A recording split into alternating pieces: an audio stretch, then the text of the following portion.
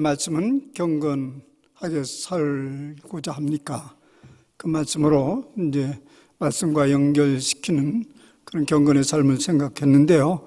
오늘도 그 이어진 말씀입니다. 오늘은 성령의 감동을 따라. 사람들은 각자 간 나름대로 자기 삶을 이끌어가는 원칙이 있죠.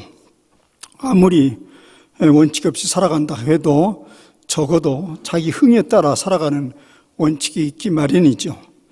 사람들이 대화할 때 대화가 원활하게 진행되지 않는 이유는 상대방이 가지고 있는 그런 삶의 원칙을 알아차리지 못하기 때문에 그렇습니다. 부부 사이에 자주 벌어지는 일이죠. 소통이 없이 살아가다 어느 날 크게 마음을 써서 대화를 시도해 봅니다. 그러나 머지않아 그 대화는 다툼으로 이어집니다. 쓰라린 경험이죠.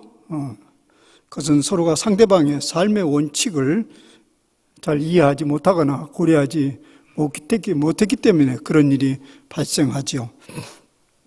더욱이 그리스도인이라면 그런 삶의 원칙이 없지 않겠죠. 그냥 되는 대로 살지는 않죠.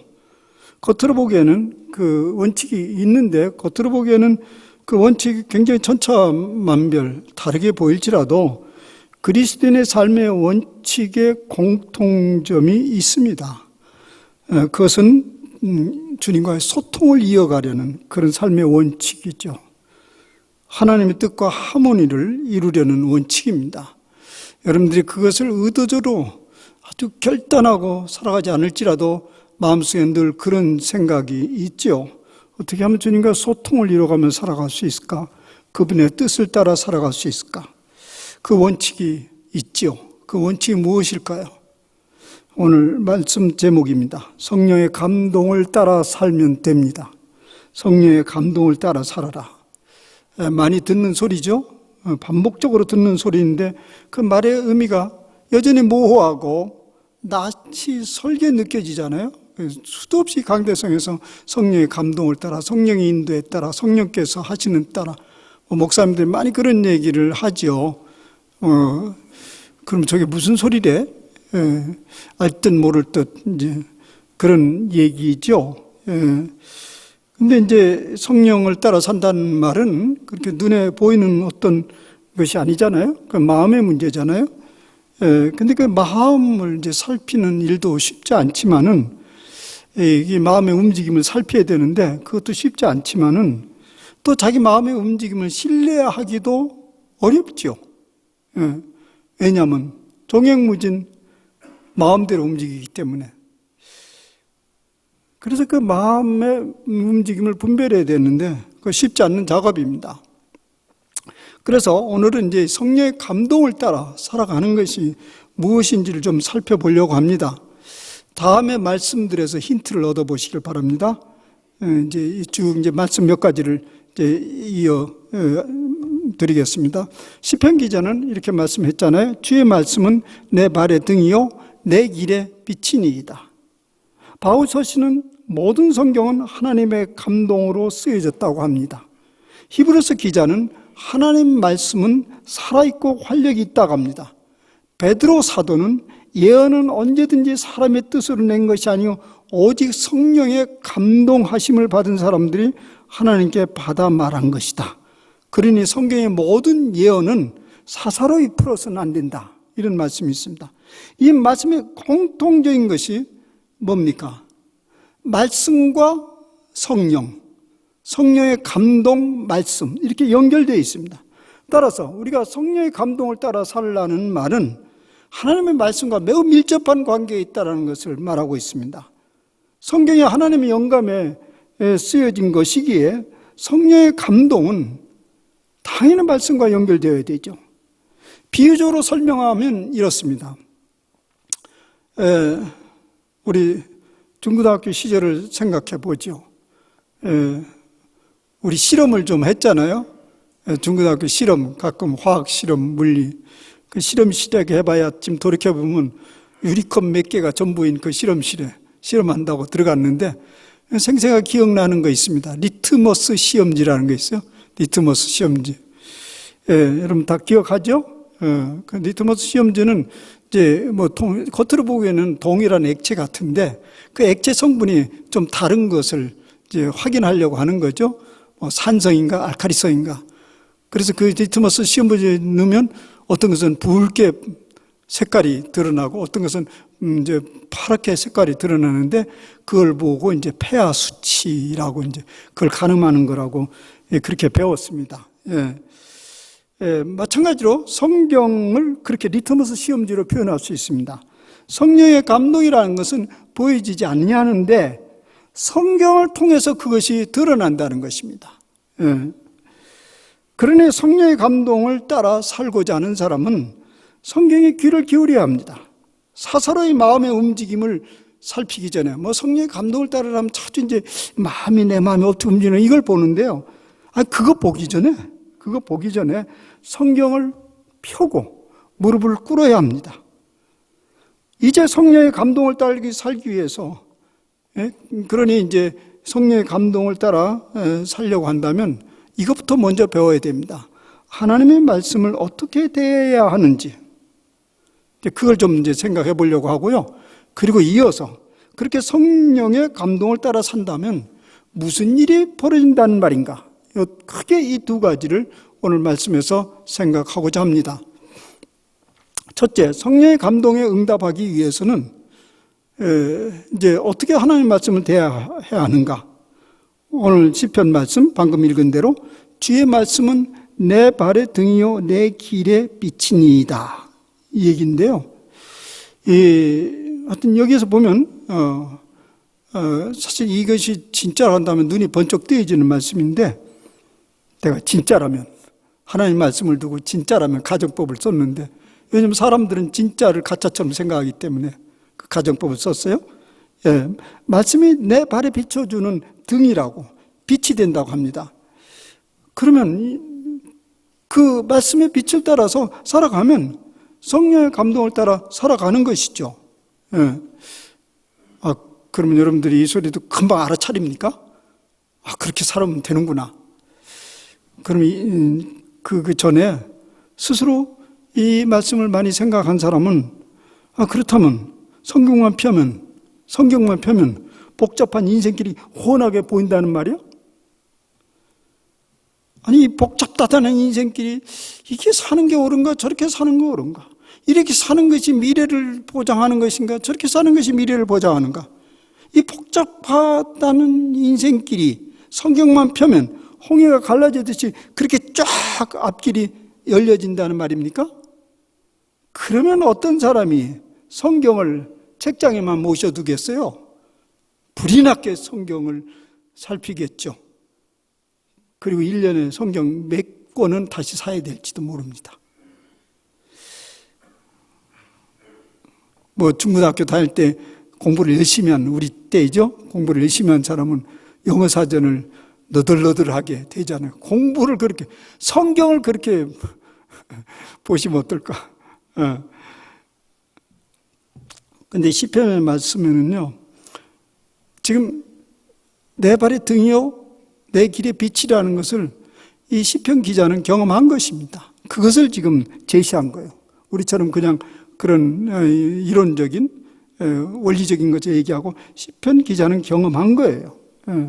그래서 그 경험을 시편 119편 안에 쫙 나열하고 있어요. 여러분 시편 119편이 몇 절인지 아십니까? 알죠? 성경의 제일 긴 절 176절입니다. 그런데요 176절을 좀 읽어보세요.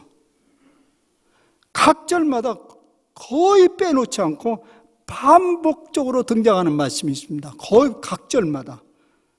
용어는 좀씩 다르지만 의미는 같은 거예요. 주의 말씀. 그게 반복해서 나옵니다. 오늘 본문만 봐도요. 한 절도 빼놓지 않고 동일하게 나와요. 잠깐 이 본문 보면 97절에서 105절까지 읽었는데요. 97절에 주의 계명, 97절에 주의 법, 98절에는 주의 계명, 99절에는 주의 증거, 100절에는 주의 법도, 101절에는 주의 말씀, 102절에는 주의 규례, 103절에는 주의 말씀, 104절에는 주의 법도, 105절은 주의 말씀. 매절 똑같은 말이 나와요. 아무리 이게 다른 말로 썼다 할지라도 동일한 의미가 167번이나 반복된다면 듣는 사람도 지루하기 짝이 없고 말하는 사람도 지루할 법도 한데, 이 시편 기자는 176절을 이런 식으로 거침없이 막 전개해 갑니다. 그럼 저는 이를 읽으면서 이 시편 저자의 마음은 도대체 무슨 마음일까, 이런 생각이 듭니다. 아주 동일한 것을 막 계속 반복해서 이어가는 이 마음은 도대체 무엇일까? 97절에 그 시편 기자의 마음이 표현됩니다. 내가 주의 법을 어찌 그리 사랑하는지요. 내가 그것을 종일 작은 소리로 읊조리나이다. 이쯤 되니까요. 그런 일이 벌어지는 거예요. 내가 주의 법을 어찌 그리 사랑하는지요. 내가 그것을 종일 작은 소리로 읊조리나이다. 주의 말씀이 너무너무 사랑스러워서 하루 종일 그 말씀을 입에 달고 산다는 말입니다. 그러면 그럴수록 지겹기는커녕 더욱 사랑스러워진다는 그런 경험을 표현하고 있습니다. 이렇게 한번 비유해 볼까요? 여러분, 손녀, 손자들을 보신 분이 여기 많이 계시죠? 제 나이 또래에 있는 친구들이나 친지들 중에는 그런 사람들이 많습니다. 가끔 만나면 스마트폰을 만지작거려요. 뭐 하나 보니까 그 손자, 손녀 자랑하려고 호심탐탐 노리고 있어요. 그래서 조금만 반응을 보여주면 기다렸다는 듯이 줄줄줄줄 자랑이 막 쏟아져 나옵니다. 그 들어보면요, 그 손자, 손녀들 다 벌써 천재 됐어요. 이미 대한민국의 최고의 예비 인물이 되어가고 있습니다. 너무 좋아. 어쩔 줄 모르는 그 모습을 보고 찬물을 끼얹을까 말까 하다가 내색 없이 그냥 소극적이나마 반응을 보여줍니다. 그러면 좀 눈치 좀 채지. 계속 이어갑니다. 주도적으로 억지로 그 주제를 바꾸지 않았더라면 그 시간 내내 그 사람은 손자, 손녀 바보가 되고 말 것입니다. 시편 기자의 말씀 사랑이 이와 같다는 거예요. 완전 바보요. 예. 그렇게 주의 말씀을 어쩔 줄 몰라 하며 입에 달고 살았더니 뭐가 됐다고요? 마침내 그 말씀이 인생길에 빛이 되었다는 고백입니다. 그러면 이걸 왜 써놨을까요? 독자들 여러분들도 그렇게 해보라는 거예요. 뭐 손자, 손녀 이렇게 어쩔 줄 모르는 거 보고 제가 뭐 그런 걸 가지고 그러냐. 니도 한번 안아봐라. 그렇게 하는 것처럼 시편 기자가 지금 그렇게 얘기하는 것입니다. 당신들도 한번 해보라는 거예요. 그럼 우리는 또 그러겠죠. 사랑스럽지도 않은데 어떻게 종일 입에 말씀을 달고 다닌다는 말이냐. 사랑스럽지도 않는 손자를 얻고 다니라고. 말도 안 되지. 그런데요, 시편 기자의 속마음은 이렇습니다. 비록 사랑스럽게 느껴지지 않아도요, 종이 입에 달고 한번 다녀봐라. 사랑스러우면 저절로 읊조리고 입에 달고 다니겠지만, 그렇지 않으면 반복적으로 읊조려 훈련을 해보라는 것이에요. 그러면 좋아지고 사랑스러워진다는 거예요. 뭐 그렇게 쉬우면 내가 뭐할로 여기다 썼겠냐. 해보면 나는 사랑스러워서 그렇게 하지만 여러분들은 사랑스럽지 않아도 반복적으로 하면 그렇게 될 것이다. 그런 암시입니다. 우리가 잘 아는 대로 유대인들은 말씀을 묵상할 때 우리처럼 그냥 침묵을 하면서 머릿속으로 꼼꼼히 생각하는 것에만 머물지 않죠. 지금도 그들의 교육법은 계속 생각하기 전에 기억하고 반복하고 입속에서 옹알옹알 그렇게 계속 하는 동안에 생각 속으로 깊이 들어가는 것입니다. 그렇게 하루 종일 하다 보니 그 말씀이 우리 영혼의 등불이 되어서 우리 마음의 상태를 환히 밝혀준다는 말입니다. 그러면 마침내 그때 우리 인생길이 열리기 시작한다는 이야기죠. 여러분, 우리가 성경의 말씀을 지극히 사랑하지 않는 것처럼 보입니다. 우리 보통 뭐 나는 그렇게 안 사랑해. 그런데 그래도 여러분들은 적어도 이건 믿고 있죠. 그 안에 숨겨진 보화가 담겨져 있다. 그건 믿고 있죠. 아니요. 사실이 그러한지 제가 증명해 보겠습니다. 이런 가정을 한번 해볼까요? 이제부터 우리가 한 권의 책밖에 소유할 수 없게 됐어요. 그럼 무슨 책을 소유해야 하나요? 나는 한 권도 없어도 괜찮아요.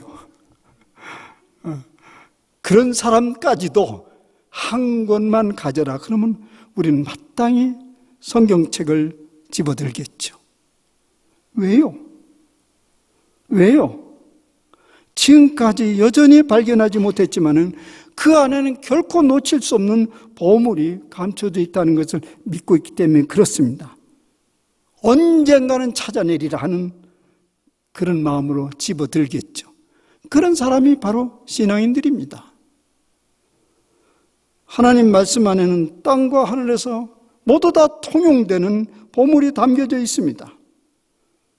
어떤 것은 이 땅에서만 통용되는 보물이 있고 어떤 때는 저곳에서 통용되는 보물이 있는데 성경 안에는 양쪽에 다 통용되는 보물이 담겨져 있다는 것입니다. 우리가 그것을 믿는다면 하나님의 말씀이 점점 소중해지고 사랑스럽게 다가오겠죠. 돈 보면 막 사랑스럽죠. 돈. 냄새 난다고 하면서. 아니 거기에 보물이 있다면 그렇게 사랑스러워지지 아니하겠어요? 그러니 아직 기억력이 좀 살아있는 동안 그 보물을 손안에 넣기 위해서 말씀을 읽고 또 읽고 옹알옹알 읊주리라는 말입니다. 그런 마침내 우리가 꼭 걸어야 길 인생길이 열려지는 그런 걸 보여주는 내비게이션 같은 보물을 만나게 된다는 말이죠. 하나님의 말씀을 이성적으로 이해하는 데는요 그렇게 많은 시간이 걸리지 않습니다. 이성적으로 이해하는 데는. 전문가의 도움을 받으면 그 뜻이 무엇인지 어렵지 않게 알아낼 수 있습니다. 이렇게 해서 우리가 알매 기쁨을 누릴 수는 있습니다. 그러나 그런 이해로는 결코 영혼의 양식이 되지 못합니다. 사람들은요, 제법 성경을 읽고 정보적으로 혹은 지적으로 알고 있는 것으로 영의 양식을 먹고 있다고 착각을 하곤 합니다. 충분히 안다는 거예요. 충분히 읽었다. 그래서 당신의 영혼의 양식이 됐냐? 그건 별개의 문제입니다. 여러분들이 금방 증명해 볼 수 있습니다. 정작 현실적인 삶에 부딪히면 알고 있는 성경의 정보적 지식이 하나도 작동하지 않는 것을 경험하게 될 것입니다. 영혼의 양식이 되지 않았다는 말이죠. 그 말씀을 종일 작은 소리로 읊조린 후에야 영혼의 양식이 된다는 말입니다. 읊조린다는 말은 반복적으로 되뇌으면서 암송하는 것을 말하는 거죠. 왜 이 소리를 내어서 암송해야 됩니까? 우리가 눈으로 보고 읽고 끝나는 것과 사랑하는 이의 목소리로 듣는 것과는 엄청난 차이가 있죠. 글로 보는 것과 그 소리로 듣는 것과는 엄청 차이가 있습니다. 읽고 생각하는 것으로 끝나면 적당한 선에서 타협을 하고 맙니다.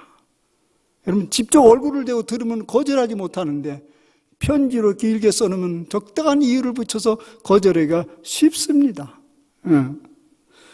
요새 문자로 자꾸 보내는 거 보면 부딪히고 싶지 않아서 적당히 그런 느낌이 들어요. 전화를 도무지 잘 안 해요. 우리 전화 세대인데. 그런데 그걸 딱 부딪혀서 이게 힘든 거예요. 왜냐하면 왜 그러죠? 음성으로 부딪히면 yes 혹은 no를 요구받게 됩니다. 어쨌든 그 둘 중에 하나 해야 돼요. 이것을 저는 피할 수 없는 성령의 감동이라고 말하고 싶습니다.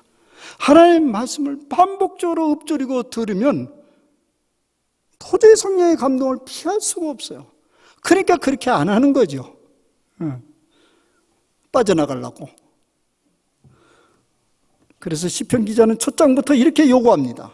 복 있는 사람은 오직 여호와의 율법을 즐거워하며 그의 율법을 주야로 묵상하는도다.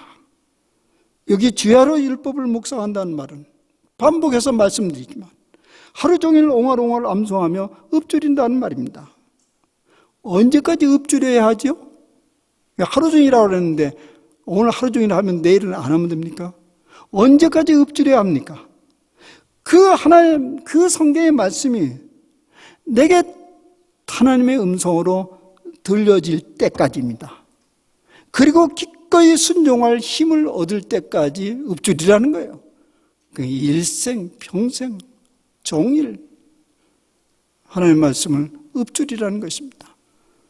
시편 기자가 그것을 경험한 거죠. 그렇게 옹알옹알 읊조리고 또 읊조리면 주님의 음성이 들려지는 기는 하는가요? 또 여러분들 또 묻고 싶겠죠? 진짜 그렇게 돼요? 해보면 알지요. 근데 히브리서 기자는 그렇다라고 얘기하는데요. 하나님의 말씀은 살아있고 활력이 있어 좌우의 날선 어떤 것보다도 예리하여 홍과 영과 관절과 골수를 쪼개기까지 하며 또 마음의 생각과 뜻을 판단한다고 되어 있습니다. 이 말씀에 의하면 우리가 그토록 오랜 신앙생활을 하면서도 우리의 가치관과 사고방식이 잘 바뀌지 않는 이유를 여기서 얘기하고 있어요. 하나님의 말씀을 듣지 못했거나 안 들었기 때문에 그렇습니다. 들으면 홍과 영과 관절과 골수를 쪼개는데 어떻게 피하냐고요. 우리 마음속 깊까지 말씀이 파고들어서 우리가 미처 인식하지 못한 욕망과 생각과 가치관까지 알아차리게 만들어버리는데, 우리가 숨기고 싶은 갖가지 욕망이 알아차려지는데 어떻게 그것을 외면하냐고요. 여기서부터 변화는 시작되는 거죠. 우리가 끊임없이 욕망에 시달리는 이유는 내가 진실을 원하는 것이 무엇인지, 무엇을 두려워하는지를 잘 모르거나 피상적으로 알기 때문입니다. 보다 잘 알고자, 보다 우리는 잘 살고자 합니다. 어떻게든 잘 살아보려고. 근데 무엇이 잘 사는 것인지 명확하지를 못합니다. 그것이 바로 끝없는 욕망에 시달리게 하는 거지요. 그래서 우리는 주야로 하나님 말씀을 묵상하여 하나님 말씀이 우리 영혼의 안에 들려지도록 해야 합니다.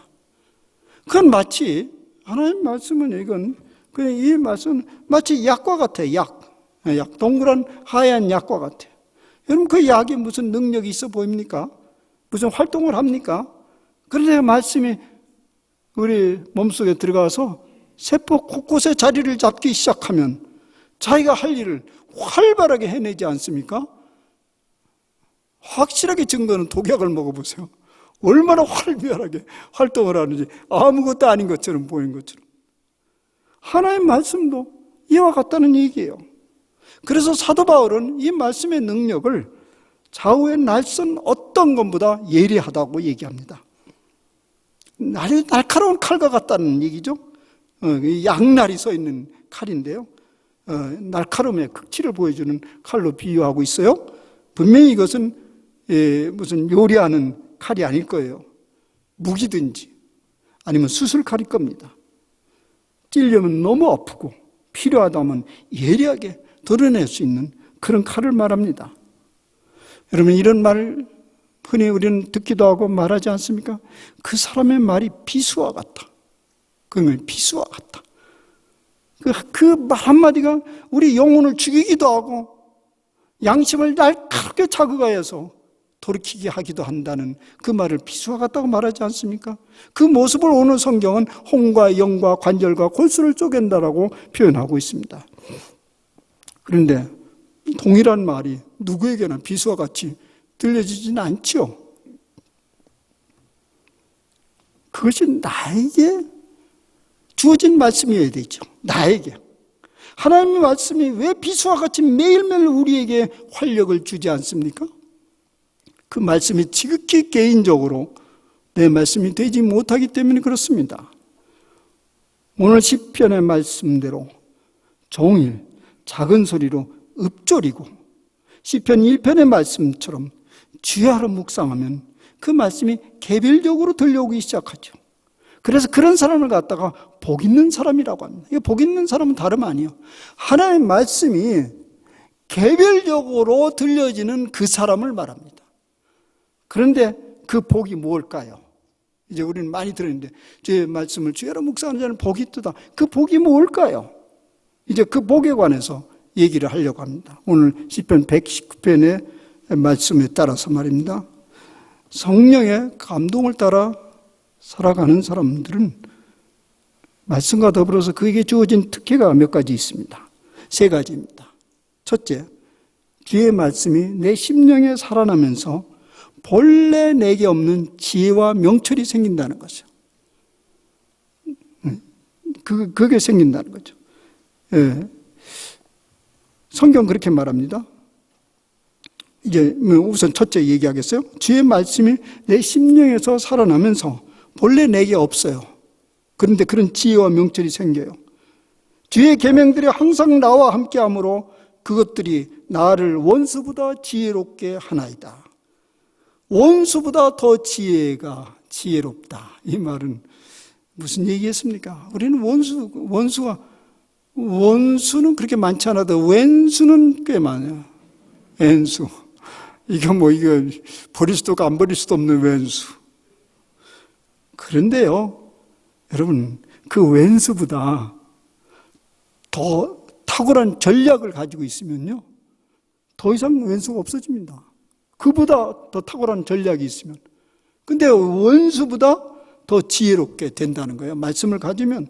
그러니까 지혜로운 사람에게는 원수가 있을 수 없다는 거예요. 왼수가 있을 수 없다는 얘기예요. 엄청난 특혜입니다. 시편은 또 말합니다. 주의 말씀을 읊조리니 나의 명철함이 모든 스승보다 나으며 모든 노인보다 낫다. 이 스승 뭐죠? 여기 스승은요, 지식이 많은 사람을 얘기해요. 노인은 뭐죠? 경험이 많은 사람을 얘기합니다. 근데 주의 말씀이 내 말씀이 되면 그 말씀이 나의 홍과 영과 관절과 골수를 쪼개니 그 명철함이 많이 공부한 사람보다, 수많은 경험을 한 사람보다 더 날카롭다 할 수 있습니다. 여기 명철함이라는 건 뭐냐면 이 자기 자신을 아주 잘 알므로부터 나타나는 지혜를 말합니다. 지혜롭다. 이것은 저 사람 참 지혜롭다. 이것의 1차적인 기본 요소는 뭐냐면 주제 파악을 잘한다. 이런 뜻이에요. 자기 자신을 잘 안다. 근데 하나님 말씀을 보면 그것이 내 발의 등이니까, 등이 우리 영혼 안에 켜지니까 자기 자신을 잘 보는 거예요. 거기서부터 지혜가 생기는 거죠. 진실한 신앙인들을 보면 학문과 경륜은 그리 높지 않지만 자기 자신을 잘 알아요. 진지한 신앙인들은 겸손해요. 그래서 거기서부터 놀라운 지혜를 발휘하게 됩니다. 교회 역사 속에 우리는 나타난 수많은 성인들의 지혜에 귀를 기울이잖아요. 저는 그런 성인들 공부를 제 과목의 특성상 많이 봤는데요. 그 중에 그렇게 높은 학식이 있는 사람 별로 없어요. 많은 사회적 경륜을 가진 사람 물론 없습니다. 그런데 그들의 지혜는 놀랍습니다. 수많은 사람들의 새 시대와 역사를 뛰어넘어서 귀를 기울입니다. 왜 그럴까요? 그들은 누구보다도 말씀을 사랑하고 묵상하며 양식으로 삼는 동안 하나님과 자기가 누구인지를 매 순간 확인하면서 사는 사람들이었기 때문입니다. 공부를 많이 하고 경험이 많은 사람을 멘토로 두면 이 세상에 성공하는 비법을 전해받을 수는 있습니다. 또 지혜에 오르는 법도, 재산을 모으는 법도 어느 정도 안내를 받을 수 있습니다. 우리가 잘 알잖아요. 오마하의 현인 워런 버핏. 많이 들었잖아요. 오마하는 미국의 간 도시인데 거기에 워런 버핏이 살잖아요. 또 작은 시골 도시인데요. 그 워런 버핏이 현인이라고 불러요. 왜 현인이라고? 주식 투자의 귀재요. 그래서 그와 점심 한때 먹으려면 그 점심 그날 먹는 그 표가 경매에 붙여요. 작아도 50만 불이요. 작아도. 막 경매로 올라가니까 100만 불, 200만 불 뛰겠죠. 그리고 현인이라고 붙여요. 그러나 그 주식 투자의 결과가 그 전 인생에 어떤 영향을 미치며 그것이 그에게 참된 양식이 될 것인지는 알려주지 않아요. 그것은 지혜의 영역에 속하기 때문에 그렇습니다. 그러므로 가장 이상적인 지혜자를 찾고자 한다면 가장 이상적인 지혜자는 학문도 높고 경험도 풍부하고 하나님의 말씀을 양식처럼 먹고 사는 사람이겠죠. 그런 사람 그리 흔하지 않아요. 그럼 차선의 지혜자를 찾는다면 학식과 경륜은 그리 높지 않지만은 진지하게 하나님의 말씀을 가까이 하고 묵상하며 그것을 양식으로 삼는 그 사람 찾으면 되겠습니다. 이것이 오늘 시편 기자가 경험한 것입니다. 둘째, 이제 주의 말씀을 주야로 묵상하는 자 복이 있다고 하는데 둘째 그 복은 말씀에 순종할 힘을 얻게 됩니다. 말씀을 곱씹고 묵상하는 이유는, 우리가 말씀을 계속 반복적으로 곱씹고 묵상하는 이유는 뜻을 알아내고자 하는 것이 아니고요, 그 말씀 따라 순종하기 위함입니다. 101절 102절 말씀입니다. 주께서 나를 가르치셨으므로 내가 주의 길례들에서 떠나지 아니하였나이다. 왜 사람들은 말씀을 읽으면서 순종하려는 생각을 가지지 못할까요? 언감생신이라고 할까요? 그 말씀이 내게로 들려오지 않기 때문에 그렇습니다. 다시 말하면 말씀을 반복적으로 읊조리며 묵상하지 않기 때문에 그렇습니다. 묵상의 최상의 열매는 순종할 힘을 얻는 것입니다. 그럼 셋째, 비로소 주야로 말씀을 묵상하는 사람들은 말씀의 맛을 알아요. 우리가 이게 굉장히 많이 들었죠, 이 말씀. 주의 말씀에 마치 내게 어찌 그리 단지요 내 입에 꿀보다 더 단이다. 여러분 이걸 진작에 들어본 적 있어요? 어디가 어떻게 맛이 있는데 그게 달아. 성경에다가 다 이 꿀을 갖다 묻혀놓으면 혓바닥 되면 달까. 이건 이렇게 비유해서 생각해 볼 수 있습니다. 우리가 매일 음식을 먹잖아요. 근데 음식을 이렇게 차근차근 음미해서 먹을 시간이 없죠. 그냥 후다닥 먹어치우지요. 그는 그 음식의 맛을 깊게 못 봅니다. 그래서 그 음식 맛을 어제 그 맛으로 생각하는 거예요. 어제 그 맛, 늘 먹던 맛이에요. 만약 그렇게 생각하는 내 남편, 우리 아이들을 보면 그걸 만든 엄마, 아내, 주부가 매우 섭섭하겠죠. 그죠? 오늘 메뉴는 달랐거든요. 정성스럽게 새롭게 만들었는데 어제 그 맛이라고 그래요. 사람들은 얘기합니다. 성경 읽어봐야 반나 그 얘기지. 어제도 읽고 그저 교회 오면 맨날 믿으라는 소리밖에 안 하네. 이렇게 어제나 그제나 지난해나 다 똑같게 드는 이유는 뭘까요? 곱씹고 옹알옹알 말씀을 묵상하지 않았기 때문에 그렇습니다. 동일한 말씀이지만 그 말씀의 성령의 감동을 경험하면 매일 그 말씀을 통해서 새롭게 다가오시는 주님을 만납니다. 말씀을 통해서 매일 새롭게 다가오시는 주님을 만나요. 그 맛이 기가 막혀서 시편 기자는 최상의 맛으로 꿀보다 더 달다고 말하고 있습니다. 도무지 다른 무엇과 비교할 수 없다는 말이죠. 사랑하는 여러분, 성령의 감동을 따라 살고자 합니까? 보다 지혜롭고 맛이 나는 영적 삶을 살고자 합니까? 다른 길은 없습니다.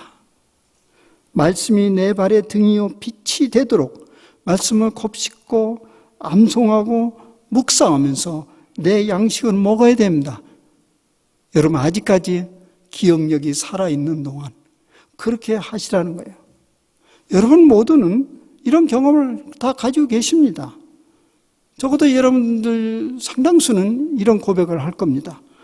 내가 말씀이 없었으면, 내가 주님을 만나지 않았다면 어떻게 이 복잡다단하고 거친 세상을 이만큼 내가 살아왔겠는가.